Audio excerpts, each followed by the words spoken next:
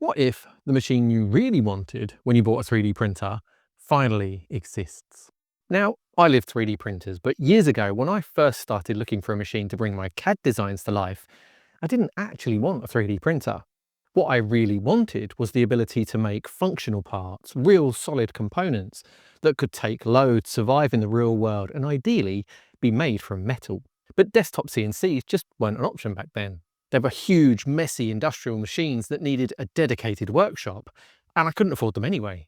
So, like a lot of people, I settled for a 3D printer.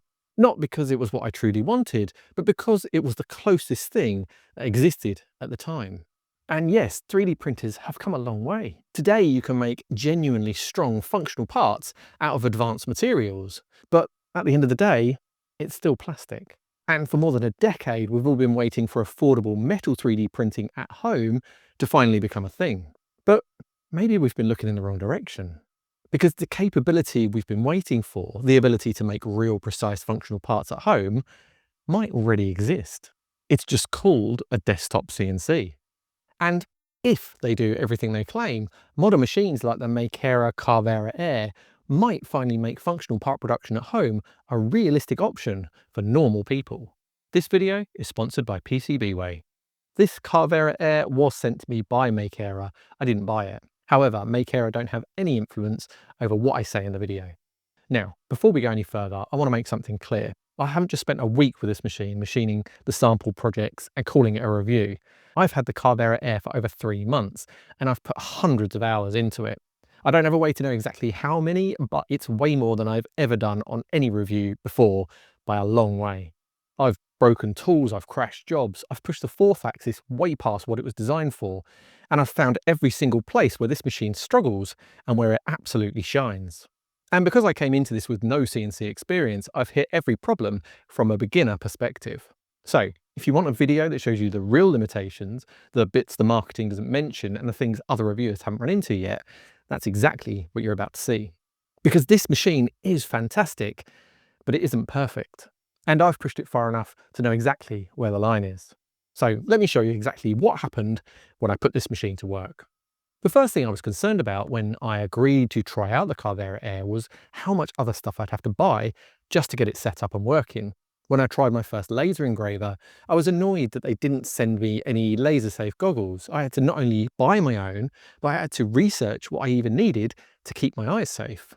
Makera assured me that almost everything would be supplied in the box, but to keep the price down on the Air, there was no compressor and no vacuum for cleaning machine material. Whilst I'd never used a CNC machine before, I did know that tooling can get expensive, and the last thing I wanted to be doing on day one was researching what tooling I needed to buy just to make my first thing.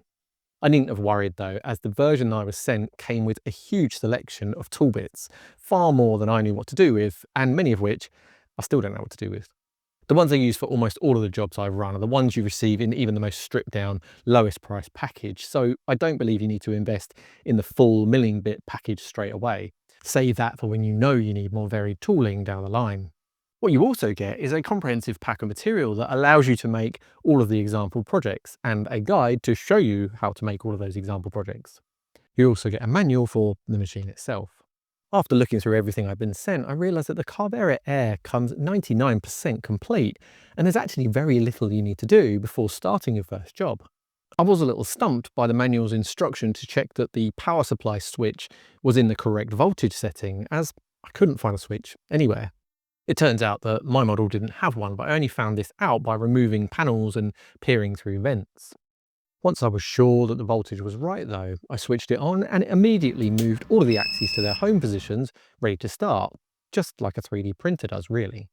I followed the guide which said to fit the arm to the side of the machine, but I never actually used it.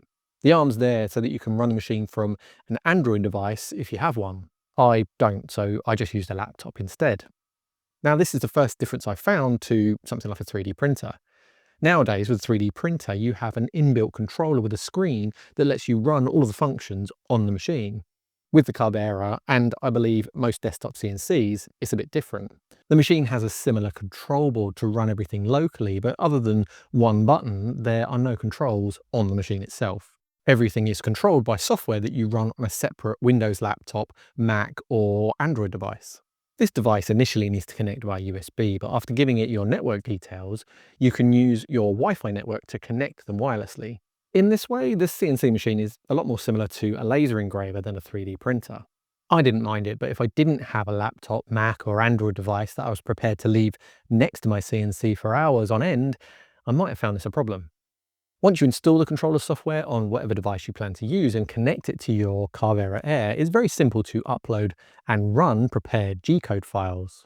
The example files come ready to go, and once you start the job, it runs locally. You aren't relying on your Wi-Fi network being active the whole time to prevent the machine from stopping. If you do want to stop a job in a hurry, there's an emergency stop button that you need to put somewhere obvious. And of course, one hit of the button and everything stops immediately. As I said, there is one button on the machine, which is at the top, and it's used for telling the machine when you've completed a task like fitting a probe or changing a tool. The Carvera Air relies on manual tool changes, unfortunately, but its bigger brother, the Carvera, is able to complete automatic changes to the next tool you want to run when one operation has finished. When it comes to setting up the first example jobs, first you need to fit what's called spoil board to the bed, which is a sacrificial layer that you slightly cut into, which allows you to cut all the way through materials that are sitting flat. Unlike a 3D printer with a CNC machine, you need to secure the material to the bed with some kind of clamp or fixture, and the Carvera Air comes with a number of these and other fixings and guides to line everything up. What I really liked about the example jobs that I started with was that the guidebook actually shows you exactly what clamps to use and where, so that there's no room for error while you're learning the basics. The example job guide also tells you what tooling to use, so all you have to do is find what you need in the supplied toolkit and have it ready. I started with a 3D relief that's machined out of epoxy board. So after fitting it down as shown and getting my tooling ready, I was able to select the cutting file as shown in the book. Once you have the file loaded in the controller software, you can run through the toolpath on screen to see what it plans to do before you hit start. But before you hit start, you have to tell it whereabouts on the bed you want it to start, just like a laser engraver. You then hit run and you're told to load the probe. The probe is a combination of something very similar to a 3D printer's touch probe and a laser pointer. After probing a calibration post on the back of the bed, it then draws a box around the area it will start machining. With the example jobs, you're given all of the correct offsets to use, but when you come to aligning your own jobs, this is very useful to make sure you've not got something wrong. The probe also then, just like a 3D printer, probes the material you're about to machine, so it knows where the top surface is for when the tool is fitted. It then returns to its starting position and you're instructed to fit the first tool. As I said, tool changes on the Carvera Air are manual, but they're also very quick. All you have to do is pull down the lever on the side and one tool drops out. You then insert the next tool and lift the lever back up and it's done. All you have to do then is press the button on the top to say that you've changed the tool, and after probing the post on the back of the bed to set the tool height, the spindle starts and your job starts to run. It's best to close the cover before hitting the button for safety and to prevent any of the machine material from coming out and making a mess.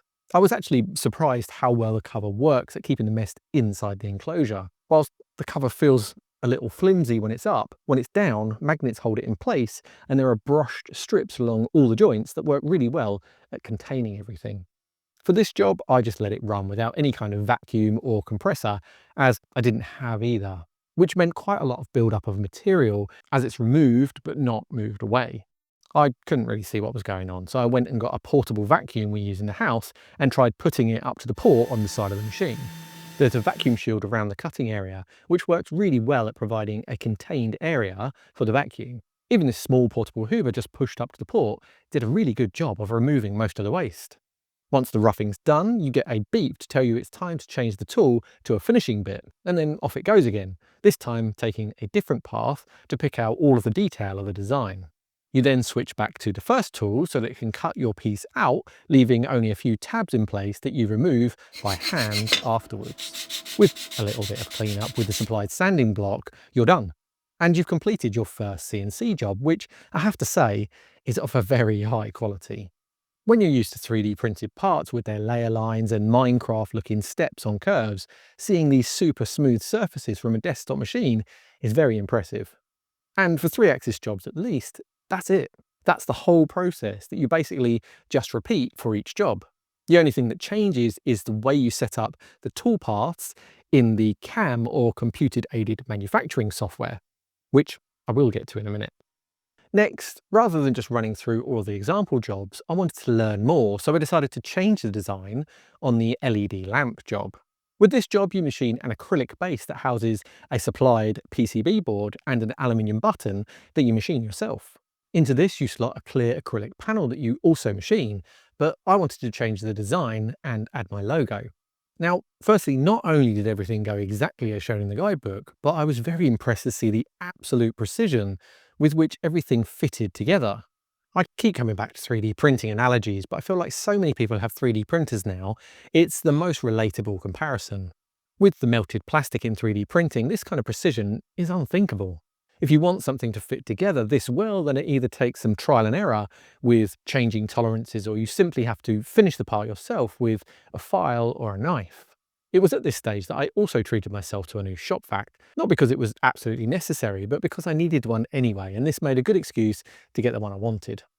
I bought the Dewalt Stealthsonic, which I can highly recommend if you need a shop vac. The sound of the air going down the hose is actually louder than the motor noise, and it has an extremely good amount of suction. I 3D printed a fitting that bolts to the side of the Carvera, so anytime I want extraction, I just plug it in. As I say, you don't need to go out and buy a new shop vac just for this machine, but for 3-axis or flat jobs, some kind of vacuum helps. But you can use anything for this, even a household vacuum. For modifying the standard design of the lamp, I needed to learn how to use Makera's CAM software, which is very cleverly named Makera Cam. Makera Cam doesn't have to run on the same machine that you use to control your Carvera. If it isn't on the same machine, you just have to transfer the output file in the same way that you do with a 3D printer or a laser engraver. I've come to find that Makera Cam is relatively simple to use, but just like any new software like this, I was a bit lost the first time I fired it up. You don't have to worry though, as unlike a lot of 3D printing manufacturers, Makera have put a lot of effort into providing resources to help you understand every stage of using their machines. They have an extremely comprehensive series of videos on their YouTube channel and a wiki page where you can read about anything to do with using one of their machines. This really impressed me, and even after months of using this machine, I still refer to the wiki and Makera's YouTube channel to this day. It didn't take long for me to find the right video that guided me through what I needed to do to add the logo to the lamp design. Once this was done, I also needed to choose what tools to use to actually machine it. Again, this does have a steep learning curve that is helped massively by a Makera. Within Makera Cam, there's a tool library. You do need to know some basics about what you're trying to achieve with a tool and what material you're trying to cut, but once you've selected a couple of simple details, default values are pulled through into the toolpath window so that you don't have to sit and calculate things like chip loading, feeds and speeds, and any of the other headache-inducing jargon that turns most people off of CNC machining. All of the complicated stuff is handled so that you only need to make a couple of decisions. It's not quite as automated as using a 3D printer slicer, but it's similar to setting up a laser engraving job, which is pretty simple once you've done it a few times. I was fully expecting my first bespoke job to be a complete failure, but to my surprise, it turned out perfect and better than I ever could have imagined. I'd avoided CNC machining for years because it seems so complicated, but with the way Makera have everything set up, it wasn't anywhere near as daunting as I'd thought. And actually, this is a good moment to talk about today's sponsor, PCBWay. If you want to get something CNC machined, but aren't yet able to invest in a desktop CNC like the Carvera Air, then PCBWay is the place to go. Alongside their well-known PCB fabrication and assembly services, PCBWay also offer full CNC machining in aluminium, brass, copper, steel, and engineering plastics. And the entire ordering process happens directly on their website. If you go to the CNC machining section, you can upload a step file, choose your material, surface finish, tolerances, threads, and you get an instant quote right there on the page. It's extremely straightforward, especially if you're coming from the 3D printing world. And if you're working on electronics projects too, they make PCB manufacturing just as simple.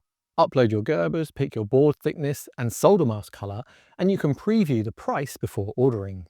It pairs really nicely with what this desktop CNC can already do. You can prototype PCBs at home and then get a full production version made properly. So whether you want precision machined metal parts or professionally made circuit boards, the whole process on PCBWay's website is very intuitive. Check out PCBWay.com for more information. Now that I had a couple of successful CNC jobs under my belt, I moved on to the part that I was most excited about, which was fourth axis machining. Three-axis machining, surprisingly, just uses three axes, X, Y, and Z, or Z. What the fourth axis does is introduce another axis that rotates your material, allowing you to machine shapes that don't have to sit flat on the bed. This means that you can machine all sorts of different shapes that you otherwise can't. The fourth axis just bolts down to the bed and is precisely aligned with locating pins. The stated maximum stock size is 92mm diameter and 200mm long, but I'll tell you in a bit why I found that to not quite be true. And I did thoroughly test it. You can't run the dust chute around the spindle when you use the fourth axis, which basically rules out using any kind of vacuum. Instead, especially with materials like aluminium, you're advised to run some kind of compressed air to clear machine material away from the cutting area. I didn't have a compressor to use for this, but I did have an air assist pump from a laser engraver, which is actually pretty perfect for this job, and you can pick these up for around $20, and they provide just enough of an airstream to do the job, and they're quiet and small, unlike most shop compressors. There is a fourth axis example job using epoxy board again, so I followed the instructions and set it running. I was beginning to trust the Carvera Air a little now, so I dared to do some other stuff while periodically checking in on it. When I returned, I found that the air assist and lack of extraction had meant that all of the cut material had been blasted all around the inside of the machine, which looked like it was going to take ages to clean up. However, I was really happy to see that as it was all dry, it vacuumed up really easily, especially with my new Dewalt machine. So just like with three-axis jobs, after roughing the shape out, you change the tool bit to a finishing bit and let it do its thing. Again, the result is beautiful with every tiny detail picked out. For anyone used to making small figurines with an FDM 3D printer, this kind of quality is pretty staggering and only usually possible with resin printing, which unfortunately also comes with a lot of mess. It was at this point where I'd had enough with the example jobs and decided to learn how to use Makera Cam to create my own toolpath from scratch. So I found a chess piece STL file and imported it. Makera Cam can work with a number of file types. You can import 2D files like SVG, DXF, JPEG, PNG and bitmap. Also Gerber files for PCB layouts if you want to make PCBs with your Carvera Air, which you absolutely can do. You can also import 3D files in the form of STL, OBJ and step files. The chess piece was an STL, which I believe I found on MakerWorld. I tried to keep things simple by using the same single flute end mill that Makera seem to use for roughing out all of their example jobs, and then finishing up with the same 0.3mm 30-degree engraving bit. All I did was select hardwood when selecting the tool, as I was making this part from oak, and again default values were pulled through.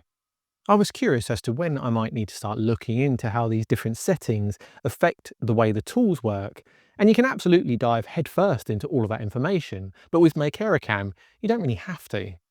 I, actually being the curious fellow that I am, asked ChatGPT about what all of the settings meant, and whilst I learned quite a lot, I was happy to continue using the default settings, at least for now. To get the material ready, I cut it roughly to the right length and then drilled a hole in the middle for the tailstock to locate in. Very much like the example fourth axis job, this went really well, but I did actually run it again as the piece of oak dowel that I used had a split in it, which I hadn't noticed. I was really keen to machine metal though, and happened to have the same diameter piece of brass, which I prepped and set up the same way. Unfortunately, this was the first point where my inexperience showed. As soon as the longer tool touched the stock, it shattered. This, I learned, was a combination of a longer tool that needed different settings and me not understanding that it's pretty important how the tool enters the material, especially with harder stuff like metals. What I should have done was enabled ramping, which gently moves the tool from side to side while plunging or moving down to avoid overstressing the tool. I also used a shorter tool bit to reduce stress. All it took was watching another video or two to learn this, but I was too impatient to get started with making shiny bits. Whilst it takes a bit longer as you have to machine material away in smaller steps, machining things out of metal follows the same process as any softer materials. Another lesson I learned on this job was that when creating a roughing toolpath, it's best to leave a little bit of material rather than machining all the way down to the model surface. Also, this is where I believe I found one issue with the way Makera handles fourth axis jobs. You see, you can set what's called a depth allowance when creating a toolpath, but from what I can see, it only adds an allowance to the z-axis. It doesn't leave an allowance all over the model. To do this, it would also have to add an allowance on the x-axis, which it doesn't. What this means is if you have any vertical or nearly vertical surfaces, the roughing tool will machine right up to the model surface. When you try to follow this up with a tool with a smaller end, because of the tool geometry, it can't get in as close to the vertical surface to clean it up. This may be a common thing with this type of machining, but it seems that allowing an offset in X as well as Z would leave a cleaner final surface, even if it might not technically be as dimensionally accurate. Anyway, I made it work, and with a bit of cleanup, I'm really pleased with the result. From here, I tried to use the Carvera Air to machine some polyurethane skateboard wheels, which meant 3D printing a fixture to be able to hold it in the chuck, as the external diameter was larger than the chuck would go to, and there was no internal diameter that the chuck could grip. This job was also where I discovered the limitation on stock diameter with the fourth axis.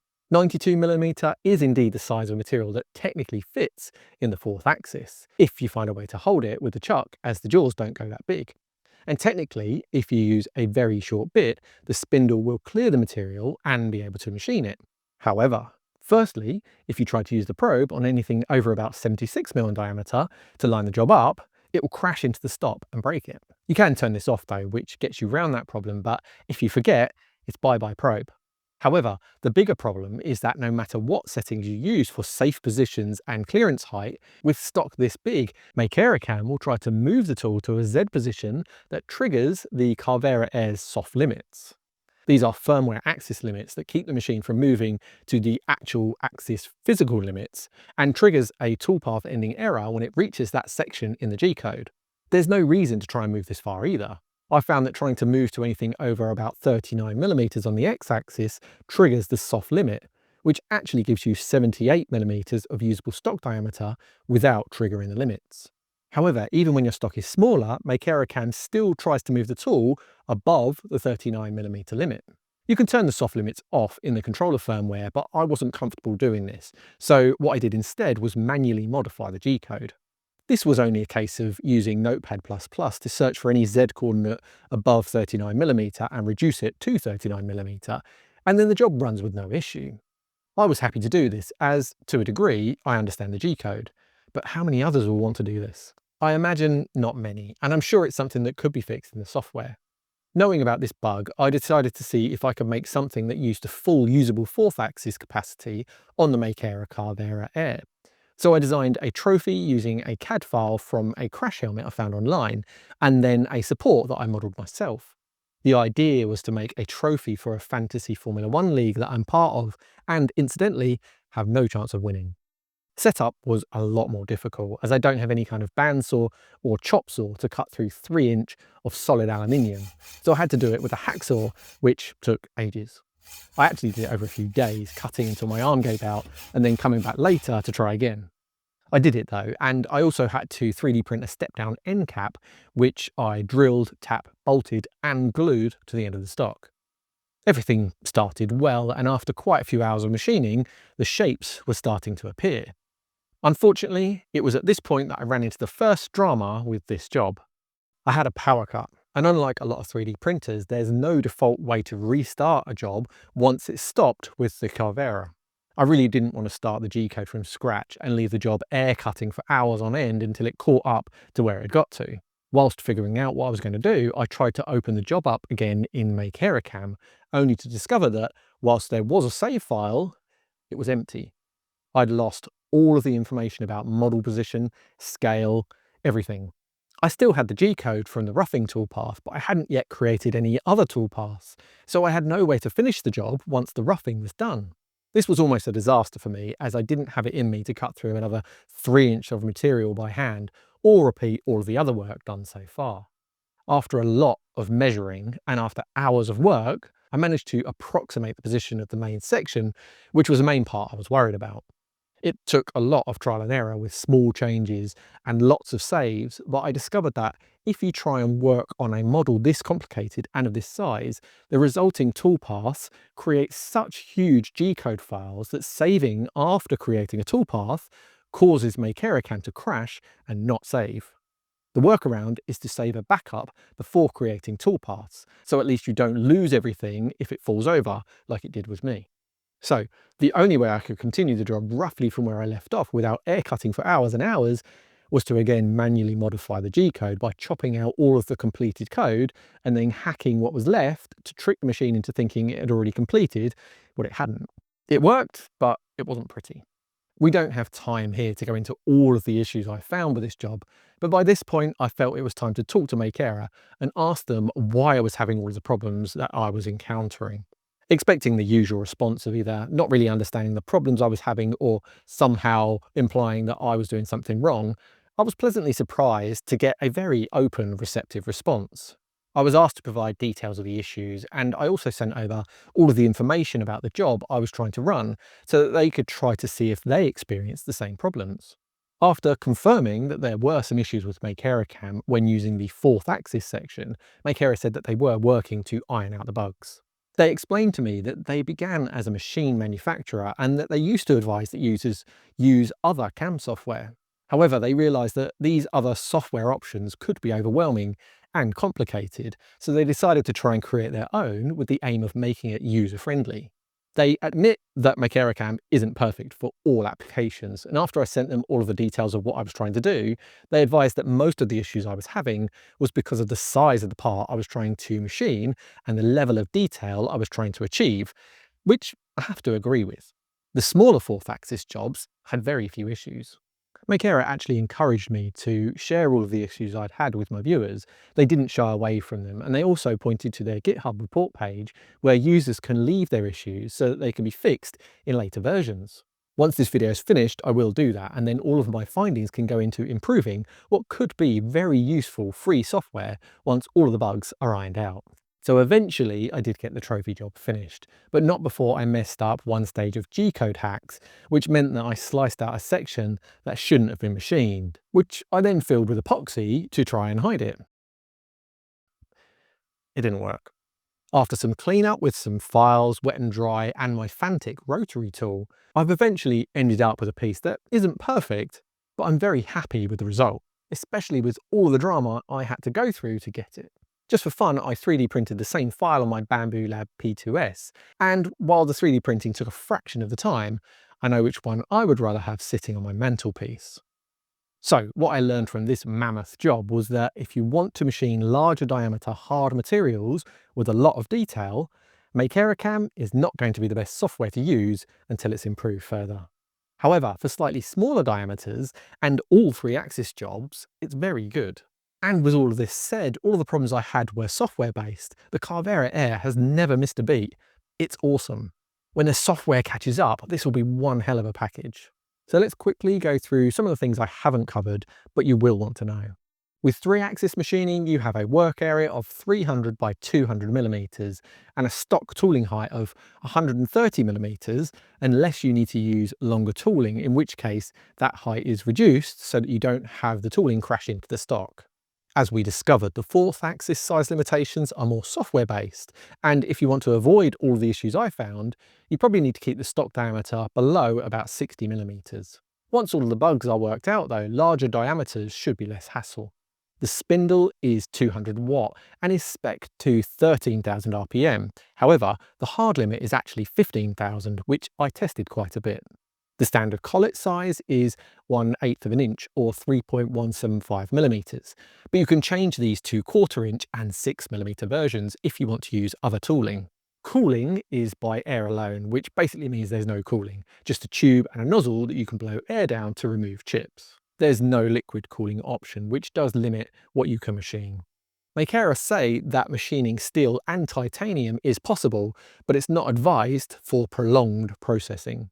What you can very realistically machine is wood, foam, plastic, carbon fibre, and softer metals like aluminium, copper, and brass. As we've discussed at length, the software Makera advise you to use is Makera which is pretty good and it's free. However, there are other options, and it's very likely that there's a better option for fourth axis machining, but it won't be free. Other CAM software that you can use with Makera's CNC machines includes Fusion 360, SolidWorks, AutoCAD, VCarve Pro, Aspire, and Illustrator. Since I started my testing, controller software compatibility has been updated to say that it now works with iOS, as well as Android, macOS, Windows, and Linux. So there are a lot more options when it comes to controller devices now. There are also plans for a very soon to be released new software called Makera Studio, which should make it even easier for beginners. From what I've seen, it adds a 3D printer style UI to Makera Cam, which should make it more familiar to 3D printing users and reduce the steepness of the learning curve for beginners. I did ask, but unfortunately Makera Studio won't resolve all of the fourth axis issues I encountered during my testing. Those will have to be resolved in future updates. Makera also plan a Bamboo Lab MakerWorld style project sharing platform so that people can share their projects in the same way that 3D printer users do. As you can see, there's a big drive towards emulating the success of 3D printing, which I think will attract more people to desktop CNCs, and rightly so. Makera used Kickstarter to get the Carvera and the Carvera Air off the ground, and they're doing the same with their new Z1, which will be another lower cost machine that will lower the barrier of entry for CNC newcomers. You can buy the Carvera and Carvera Air right now, and the Z1 will be along shortly. If you're quick, there's still time to get in on the Kickstarter, but not for long. And I have no experience with the Z1, only the Carvera Air. Even with some of the headaches that I've worked through, I really enjoyed every stage of testing the Carvera Air, and I absolutely love the results you can achieve. There are a lot of other jobs that I've played around with that I haven't shown here, and there will be a lot more in the near future as I continue to make more things with this high precision machine. I feel like I've only scratched the surface of what it can do, and the potential is huge once the software catches up. But as of right now, is it time to invest in a desktop CNC like the Carvera Air? I think so. But what do you think? Are the software bugs too big of an issue? Or are these machines still just way too expensive? Let me know in the comments. Remember, there are links to everything I've discussed in this video in the description below if you want to see pricing and availability. Thanks for watching, and I'll see you in the next one.